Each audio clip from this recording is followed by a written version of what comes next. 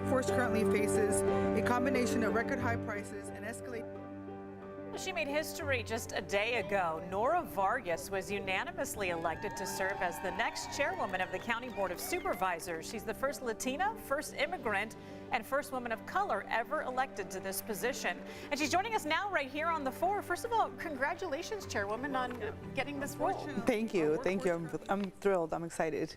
Let's talk a little bit about your background, though. Where did you grow up, and did you always see leadership as your ultimate goal? You know, I grew up in Tijuana, born and raised. I'm completely a binational kid, born and raised in Tijuana, grew up on both sides of the border. And my mom used to say that I was an advocate ever since I was a kid. I was always fighting for, justice or making sure that things were better for folks. And so I think it's in my DNA to be, someone who's fighting for those that are underrepresented.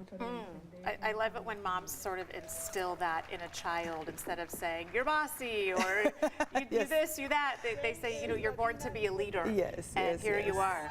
Let's talk about some of your priorities as you step into this role. 1, 2, 3 on your list. What are you looking at tackling first? Really, it's putting families first, right? It's really important for me that our communities have access to food and shelter. We are the safety net. The County of San Diego is a safety net for our communities, and so I want to make sure that people have resources that they need, clean air, access to transportation, that our small businesses have access to the resources that they need so that they can make sure that they thrive. COVID hit our communities really hard.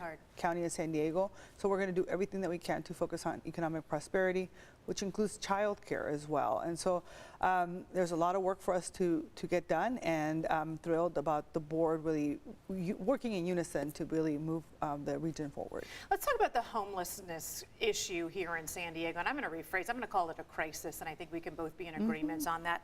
A headline today from the UT: the number of homeless downtown reaches a record high for the 5th straight month. The San Diego Regional Task Force on Homelessness says 1,000 people became homeless in November. Only 600 were able to find housing. Are you going to approach this any different than we have been over the past couple of years? Because we continue to throw money at this issue, and it's not getting any better. Absolutely, absolutely. So last year we declared it a public health care crisis. Homelessness, and really thinking about how we make sure that our unsheltered population has access not only to mental health. We know housing is a huge issue. The COVID really had an impact on people being evicted and people not being able to have housing, right? We have tried to do different things, like making sure that people have access to stipends for rent and things of that nature.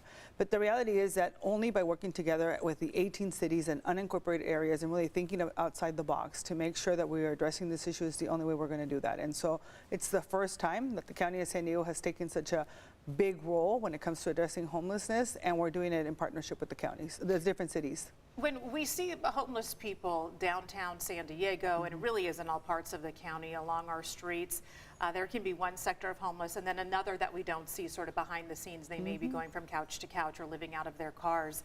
For people that may be threatening citizens because they may be mentally unstable or perhaps addiction may be an issue for them, will they be continued to allow to live on the sidewalks of San Diego under your leadership? What we're doing right now is making sure that folks have access to 211, right? So that we have these rapid response units now that are going out there in partnership with law enforcement and therapists to make sure that people have what they need so we can get them off the streets.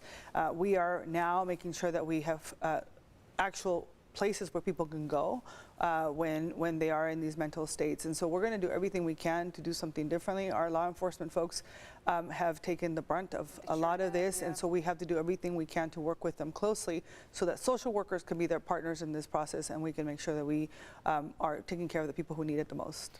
County Chairwoman Nora Vargas, we appreciate your time as you step into this new role. Please don't be a stranger on our show. We'd love to have you back. Thank you. All right, Ms. Vargas.